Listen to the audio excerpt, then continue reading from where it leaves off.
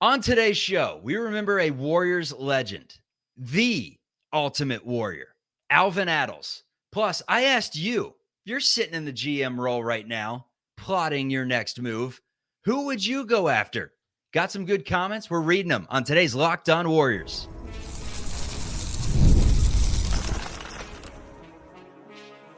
You are Locked On Warriors, your daily Golden State Warriors podcast. Part of the Locked On Podcast Network, your team every day.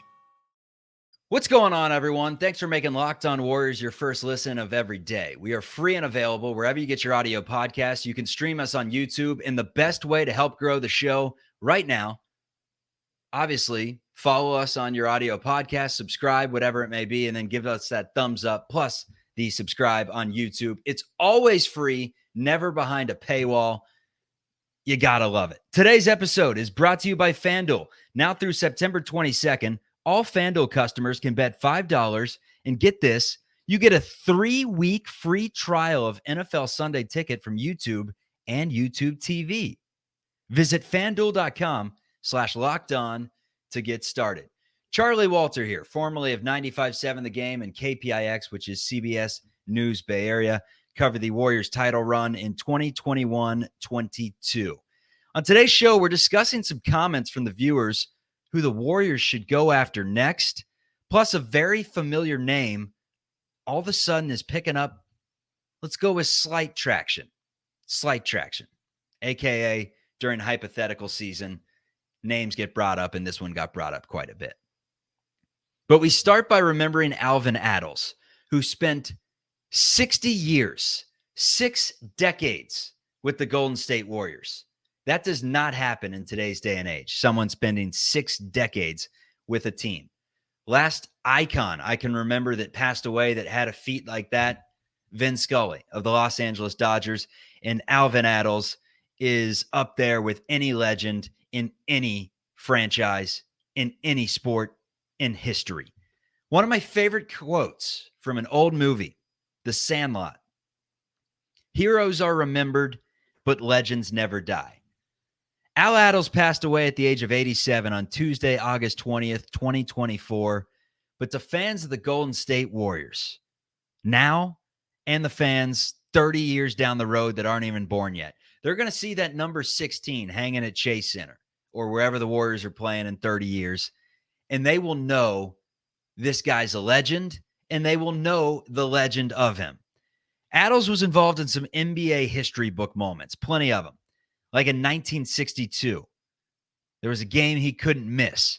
8 of 8 from the floor, but nobody will ever talk about the Al Attles heat check game because it happened to be a contest where his teammate Wilt Chamberlain dropped a casual 100 points. Attles is currently the winningest head coach in Warriors franchise history with 557 wins. Now, Steve Kerr's probably going to surpass him this season as he is just 38 wins behind Attles.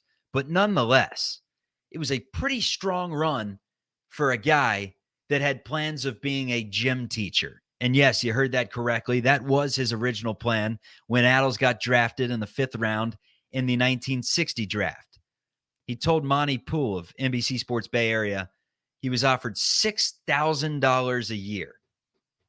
$6,000. Now you got Mac McClung, who goes for 20 a few nights, shows that he can dunk it between the legs, and he gets $1.2 million. Just a completely different time.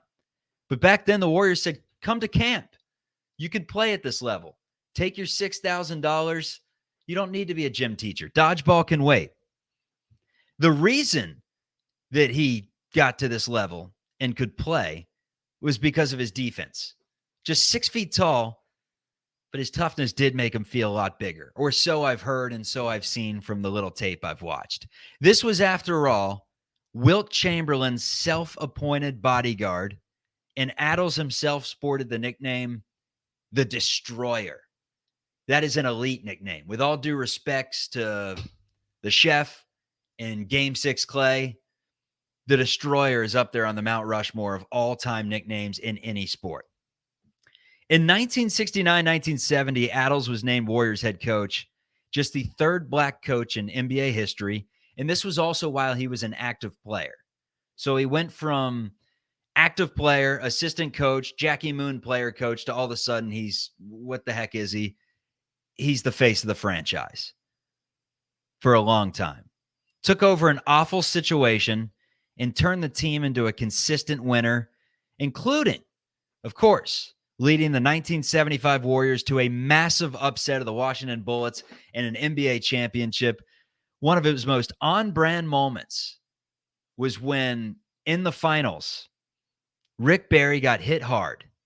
Scuffle ensues. Attles immediately goes out there and gets in Reardon's face. Then forget just getting in his face. Someone grabs his arm. He starts taking swings. This is the head coach. Think about that. Such a unique moment. Now, the NBA was a different world back then. And the thought was that Reardon went in just to hit Barry hard and get him going, because Reardon was he was a scrub. Instead, the head coach goes out there, picks the fight himself. Attles gets tossed, diffuses the situation, keeps his best player, Rick Barry, on the floor. And there is a reason why the 75 team is just the ultimate David Goliath tale, because they were an embodiment of their head coach. Although Attles didn't bring a slingshot to the fight, just his lunch pail. That was his gritty mentality, and just had to love the way that he played. Now, if you got to watch a lot of Al Attles, leave in the comments some of your favorite memories, because unfortunately we've hit this like generational gap where, to me, Al Attles, Bill Russell, teams like the Cincinnati Royals that no longer exist, to me, it's a legend, right? I mean, they obviously lived. You've seen what they've done. You've seen some of the grainy video, but you can only imagine what some of these moments were like back in the days.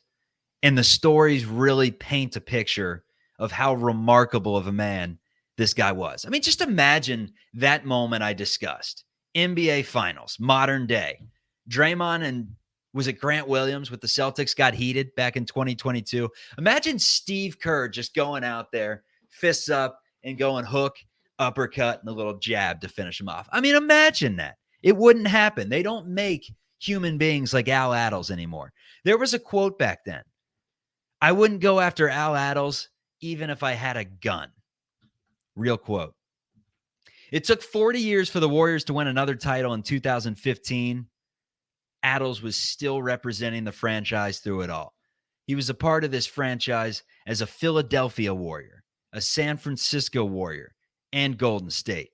A player, a coach, a GM, and a community ambassador. Al Attles, the ultimate warrior, gone at the age of 87. But like I said, legends never die.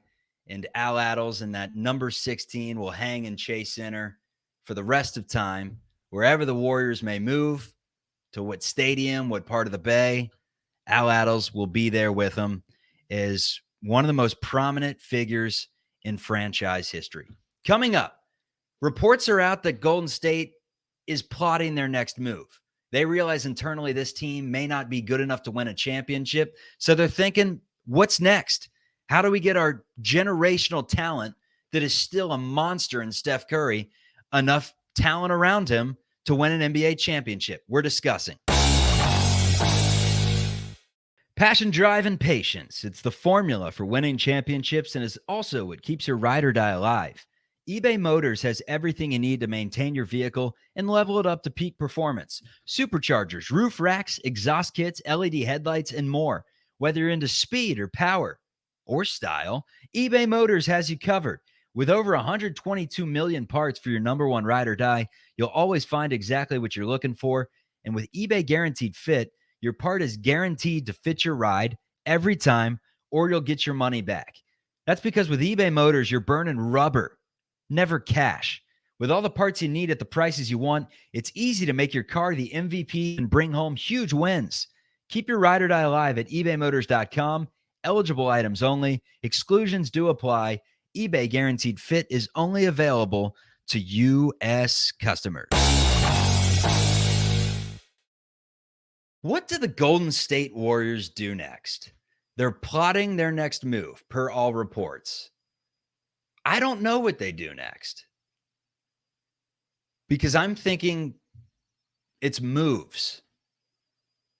When the reports say plotting their next move, that insinuates that the Golden State Warriors are one move away from winning an NBA championship. Now, is it possible?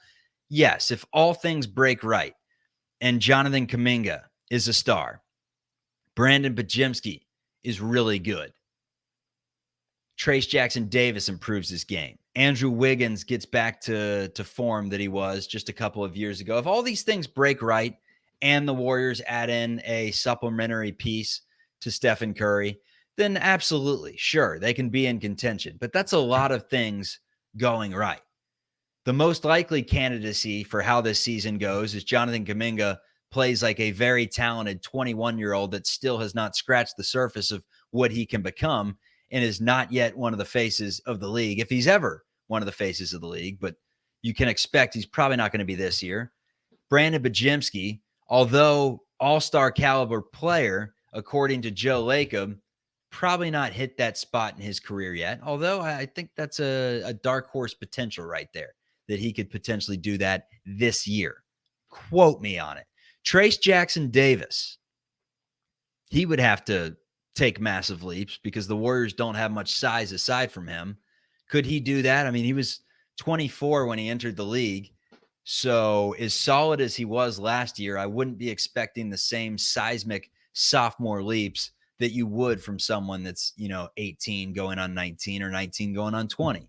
He had a full career in college to really develop, and I don't think there's going to be that big of a leap. So the most likely thing that happens this season is that the Warriors are somewhere in between that 6 to 11 spot in the West, teetering. One day they're 6th, a few losses later they're 9th, and it's probably going to be a pretty sandwiched logjam in the Western Conference with how many good teams there are. It's quite frankly a gauntlet when you look at the schedule. But with the Warriors apparently plotting their next move, knowing internally that this team is not good enough to win an NBA championship, per the reports, what do they do to get them over the hump either this year or get them in position to be a contender next year? All signs are pointing to Steph Curry signing some sort of an extension with the Golden State Warriors. And even if it's just a 1-year extension, that means including this year, you have 3 years left of Steph Curry. You can imagine all 3 years he's going to be, he's not in his prime, I wouldn't say, but he's going to be at the worst, all-star caliber player. At the worst over the next 3 years, unless he falls off tremendously. So now you need that secondary scorer or just someone that complements Steph Curry to the point where you have him for a minute and you can really see the direction that the Warriors are going in the future. Because based on this offseason, the direction that they're going in is we don't want to get rid of any of our assets for players that we don't believe can take us over the top. So let's start with some teams to watch that could blow up during the season or just look to reshuffle their deck chairs and the Warriors could get involved in the fun. Let's start with Phoenix. A likely trade candidate, I would think, based off where we stand August 21st.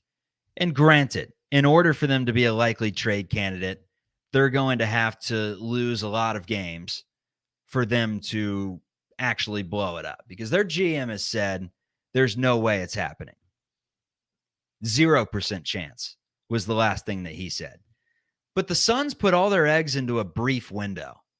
Joe Lacob says there's no such things as windows. Guess what? There are windows in Phoenix. And if it doesn't work out this year and stars become disgruntled, that window is slammed shut.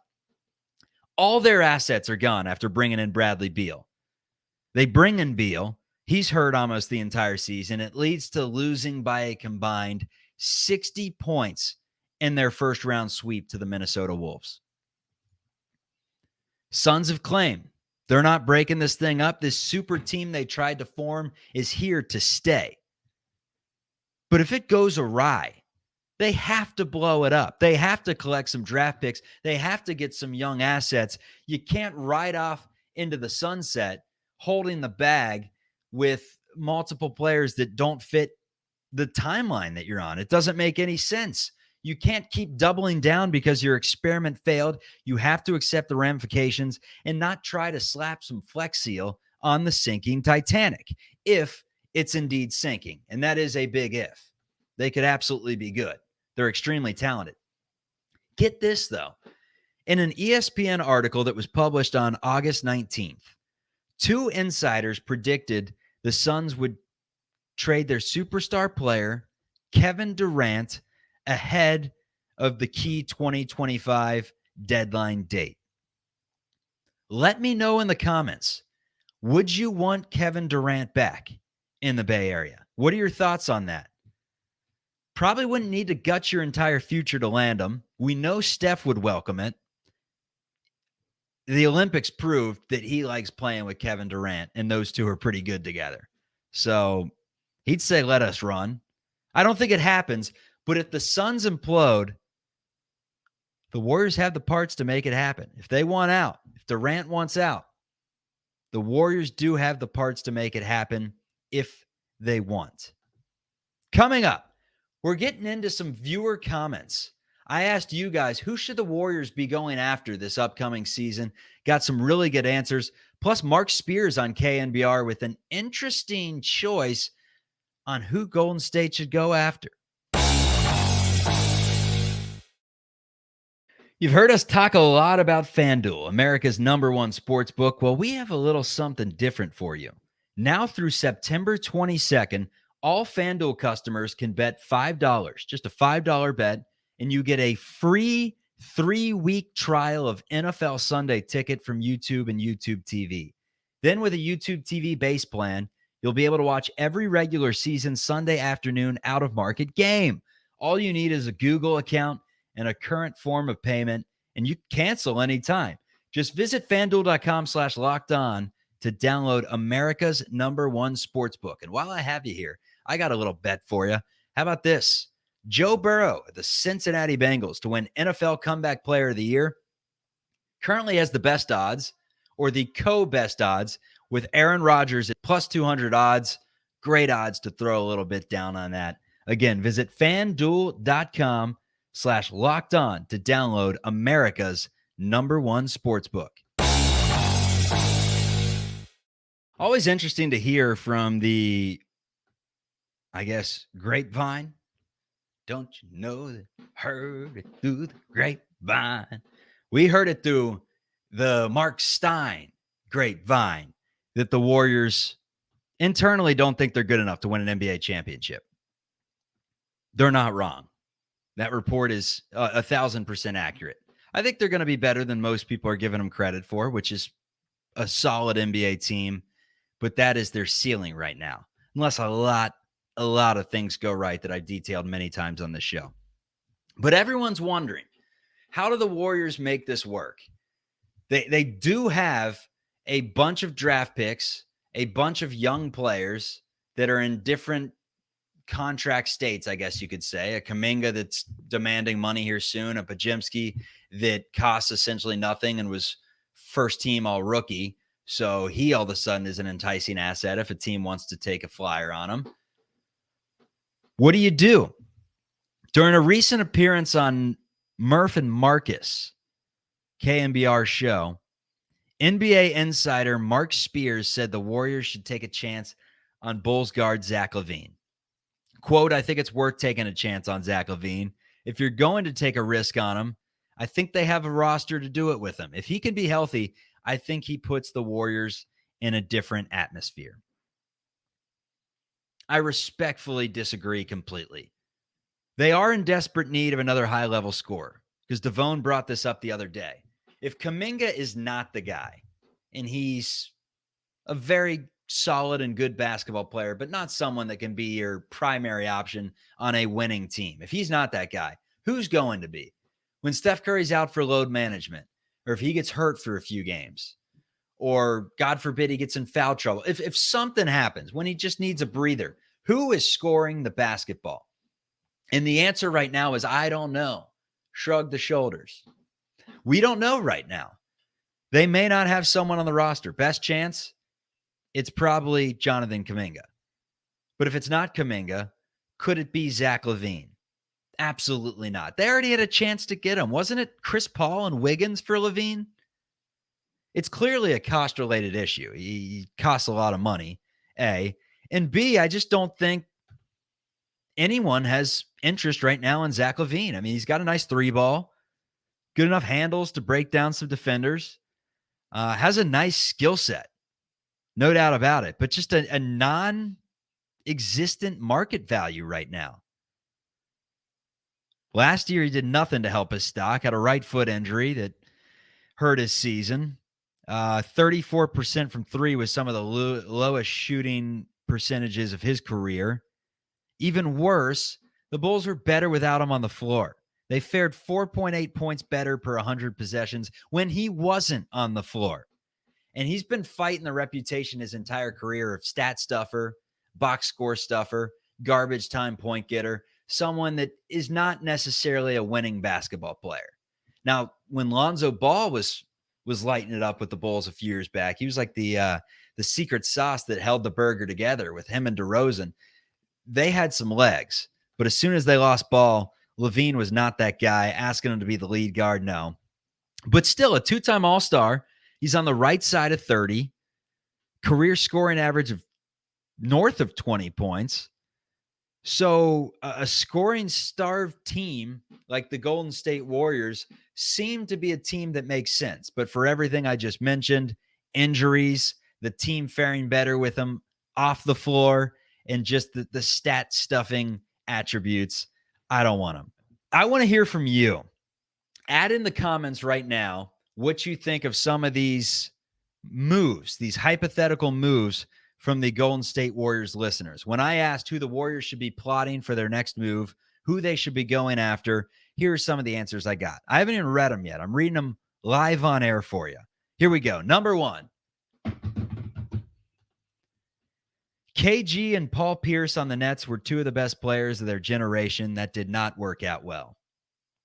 Basically saying that the Warriors, I'm sure that Kenny Powers, 28-26, Kenny Powers, Myrtle Beach, Merman, heck yeah, took out Reg Mackworthy's eye.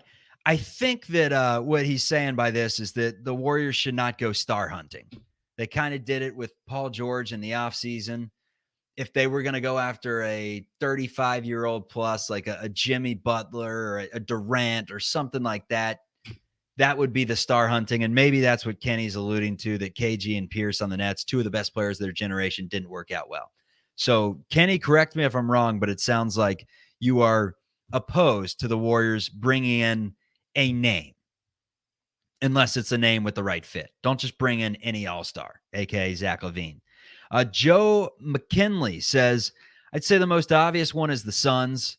Book is in year 10 with no rings. This current version of their roster has underwhelmed, and they'll need to get something back from their stars, because if they don't make the Western Conference Finals, at least none of them are coming back. I agree with you. Someone's getting disgruntled there if they don't win. They put that team together to win an NBA championship. If they're a 6-7 seed, they have to break it up. They can't keep doubling down on their failed experiment. They have no more money to throw around. They have no more assets and draft picks to acquire the players needed to take them over the top. If the Beal, Booker, and Kevin Durant experiment does not work, you got to blow it up. They added in Tyus Jones. We'll see. This one says Kawhi Leonard, obviously a popular name right now that would definitely help the Warriors, but with the Clippers just getting rid of Paul George and now opening up their brand new state-of-the-art facility, they got to get some butts in the seats. They need Kawhi Leonard on that team. I don't see him becoming available anytime soon. I would love the call, though, on the Golden State Warriors. Who wouldn't at the right cost? This one from Krill, 6874. Minnesota could be a potential trade, not because they'd want to blow it up. Rather, they just can't afford to keep the current lineup. Maybe one of Naz Reid, Karl Anthony Towns, or Rudy would become available. And Gobert, that's not happening. The Draymond Green situation, that's not happening. Also, aren't they changing ownership to A-Rod and Mark Lore? Who knows what they're willing to pay? Minnesota. I mean, the Karl Anthony Towns, that could be interesting if they decide to change things up there, give it a little remix. But how much does Steve Kerr really want to big in there? Cat, though, he just fires up threes, so he would fit in well with this offense. And then last one, this one from Richard Wilkeson. This one works on Trade Checker. So he checked this one out. It's a 3-team trade. It involves the Bucks, the Warriors, and the Wolves. The Warriors land Karl Anthony Towns. There's a name that's been thrown out twice. They get him from the Wolves. They send Kuminga and Middleton, who comes in from the Bucks, to the Wolves, and then Wiggins and Warriors draft picks to the Bucks. Why it would work out? Karl Anthony Towns is only 28. He's an all-star stretch 4. You could play Draymond at the 5. Wolves get a young stud and a vet with Kuminga and Middleton. The Bucks get Wiggins, and we'd give them a pick to balance the value. Good stuff from Richard Wilkinson. Locked On Warriors, everyone. Thanks for making it your first listen of every day. Free and available wherever you get your audio podcasts. Go ahead and subscribe. Can't wait for the season. It's going to be a great time.